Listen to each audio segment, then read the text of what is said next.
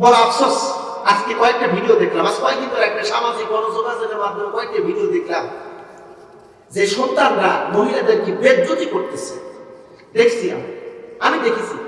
আমার শত্রু হতে পারে, মায়ের জাত সর্বশ্রেষ্ঠ জাতি। কথা বলেন, মায়ের জাতি হলো সর্বশ্রেষ্ঠ জাতি।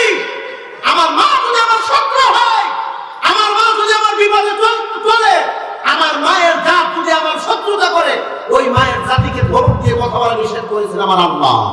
মা যদি কথা ধমক দিয়ে কথা বলতে নিষেধ করেছে। আর কোরআনকে অবৈধ সন্তান, অবৈধভাবে অবৈধ সন্তান আমরা দেখেছি মহিলাদেরকে বেজ্জতি করেছে, পেটে লাথি মেরেছে। এরা সাধারণ সন্তান না, অবৈধ সন্তান, অবৈধ সন্তান। মাকে তুমি বেজ্জতি করলা, তুমি অবৈধ সন্তান। সে আমার শত্রু হতে পারে, তাই বলে তো তার সাথে খারাপ আচরণ করতে পারে না। ওই সন্তান গুলোই কেবল মায়ের জাতির সাথে খারাপ আচরণ করতে পারে যারা নৈতিক জ্ঞান শিক্ষা অর্জন করে না। দেখেন, একটু খেয়াল করে, নেগেটিভ সেন্সিটিভ এটা, কারণ আমাদের দেশে সব দরকার আছে। ওই যে বাবা মাদেরকে বৃদ্ধাশ্রম আপনারা দেখেছেন নাকি আমি জানি না, আমি সচক্ষে 3টা বৃদ্ধাশ্রম আমি দেখেছি।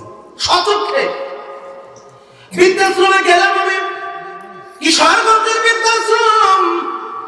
বৃদ্ধাশ্রম গেলাম আমি দেখতে নারায়ণগঞ্জে। এবার বৃদ্ধাশ্রমে যখন ঢুকলাম, কয়েকজনের সাথে কুশল বিনিময় করলাম। কুশল বিনিময় করে যতটুকু জানতে পেরেছি, বন্ধু আমি নাম বলবো না, আমার সিরাজগঞ্জের কয়েকজন ব্যক্তি আছে যাদের বাবা মা বৃদ্ধাশ্রমে রয়ে গেছে। কতগুলো একটু মনোযোগ দিয়ে শোনে ভাই। বৃদ্ধাশ্রমে গেলাম, জিজ্ঞাসাবাদ করতে না করতেই একজন বয়স বৃদ্ধ মহিলা কেঁদে ফেললেন আর বললেন, হুজুর আর বলবেন না, আমার 2টা সন্তান, আমার জীবনের যা ছিল সব কিছু দিয়ে আমি লেখাপড়া করাইছি, উচ্চ শিক্ষায় শিক্ষিত করেছি। ছেলে আমার এনেছি, আমার ছেলে এনেছি একটা, আরেকটা হলো ঠিকাদার। টাকার অভাব নাই, জায়গার অভাব নাই, কিন্তু আমরা 2জন মানুষের থাকার বড় জায়গার অভাব। এত বড় শিক্ষিত বানাইলাম, এমএস করাইলাম, এনেছি হলো আরেকটা ছেলে বড় ঠিকাদার, কোটি কোটি টাকা ব্যাংক ব্যালেন্স, বিশাল বিশাল বাড়ি, সব আছে, কিন্তু আমাদের থাকার জায়গা নাই। আমি তখন মনে করলাম, বৃদ্ধাশ্রমে এমন কোন মার বাবা বলতে পারবে না আমার ছেলেকে ওহীর ইলম শিক্ষা দেওয়ার কারণেই আমাদেরকে বৃদ্ধাশ্রমে রেখে গেছে। একটা আলেমের বাবা মাকে আপনারা পাবেন না বৃদ্ধাশ্রমে, তবে নৈতিক শিক্ষার বিপরীত শিক্ষা যারা অর্জন করেছে, শিক্ষা দিয়েছে, তাদের দ্বারাই বাবা মা নির্যাতিত হয়েছে। এবং তো এখানে অনেক বাবাজিরা আছে, মুরব্বীরা আছে। আচ্ছা, আপনি মরে গেলে কালো হবে 2 দিন, আপনি কি জানেন মরতে দেরি? আপনি শুধু একটু বয়স বৃদ্ধ হন, দুর্বল হন, ছেলে মেয়ে যদি 5-7 জন থাকে, অলরেডি তাদের মধ্যে মাশাআল্লাহ হচ্ছে, আমি ওই জমিটা নেবো, রাস্তার ধারে জমিটা নেবো। আরেক ভাই বলতেছে আমি বাবার মার্কেটটা আমি নেবো, আরেকজন বলতেছে না না এটা না, আমি ওটা নেবো, সেটা নেবো। অলরেডি তাদের মনের ভিতরেই ভাগ বন্টন অলরেডি হয়ে গেছে। মরতে দেরি, কবরে নামাই দিয়ে আসতে দেরি, ভাগ বন্টন করা শুরু হয়ে যাবে। আপনি মারা গেছেন, করার কোনো তাদের কোনো ইচ্ছা ইরাদা নাই, অন্তরের ভিতরে ওই চিন্তা ভাবনা থাকবে না। আর আপনি যদি এলেম শিক্ষা দিয়ে যান, লিখে রাখেন প্রতিদিন, আপাতত এতটুকু মনে হবে আমার বাবা আমাকে এলেম শিক্ষা দিয়ে গেছে, আমার জনম দুঃখী মা আমাকে জ্ঞান শিক্ষা দিয়ে গেছে।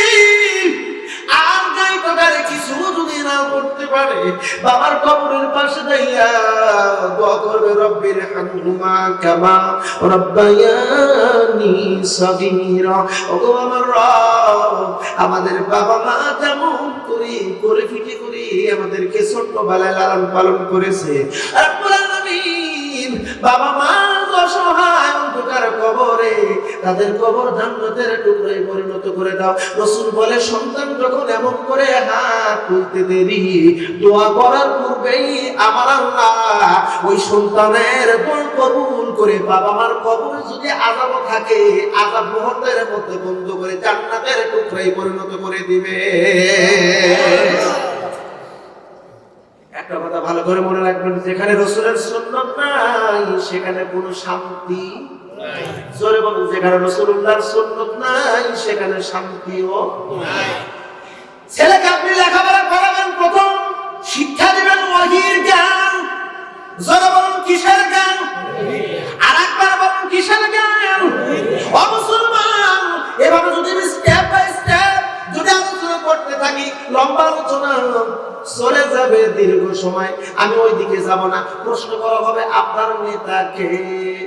অনেকেই বাংলায় রাসূলুল্লাহকে নেতা বলতে চায় না। ওই নেতাগুলো টাই টুই করবে, যারা দাঁড়ায় ডিওজির মতো পেশাব করবে তারা হবে নেতা। আমার রাসূলকে কেন আপনার নেতা কোন? নজরুল ভাই কয় না, আমার রাসূলকে কেন নেতা কোন আপনারা? ওরা কিন্তু আরবি দিয়ে ঠিকই নেতা পায়। আল্লাহুম্মা সাল্লি আলা সাইয়্যিদিনা। সাইয়্যিদিনা শব্দের অর্থ হলো আমাদের নেতা। সাইয়্যিদিনা শব্দের অর্থ কি? জোরে বলতে হবে কি? যুবক ভাইরা, তোমাদের শক্তি একটু বেশি আছে, তোমরা একটু জোরে সরে বলো, সাইয়্যিদিনা শব্দের অর্থ কি? আমাদের নেতা। ওই নেতার দোয়া কি এবার একটু জেনে রাখুন। ওই নেতার দোয়া হলো রব্বি আদখিলনি মুদখালা সিদকিন ওয়া আখরিজনি মুখরাজা সিদকিন ওয়াজআলনি মিন লাদুনকা সুলতানান নাসীরা। জোরে বলতে হবে।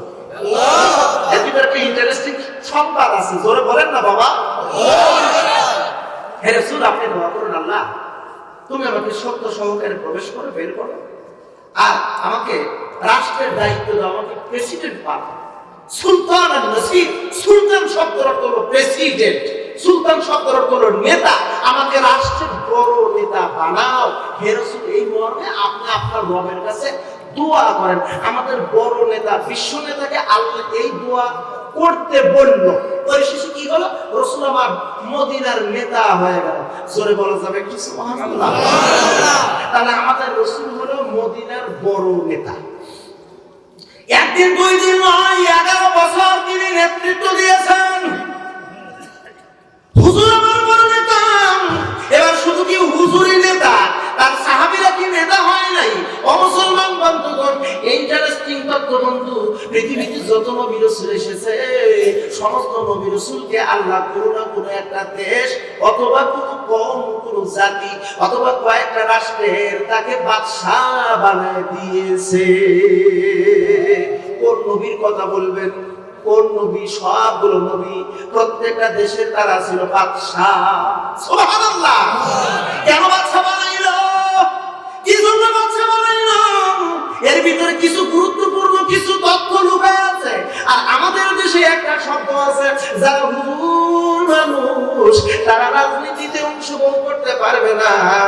অংশগ্রহণ করবে কারা? যারা ওই যে কি করবো বলছি, দাঁড়ায়া ডিওজির মতন কাজ করে তারা।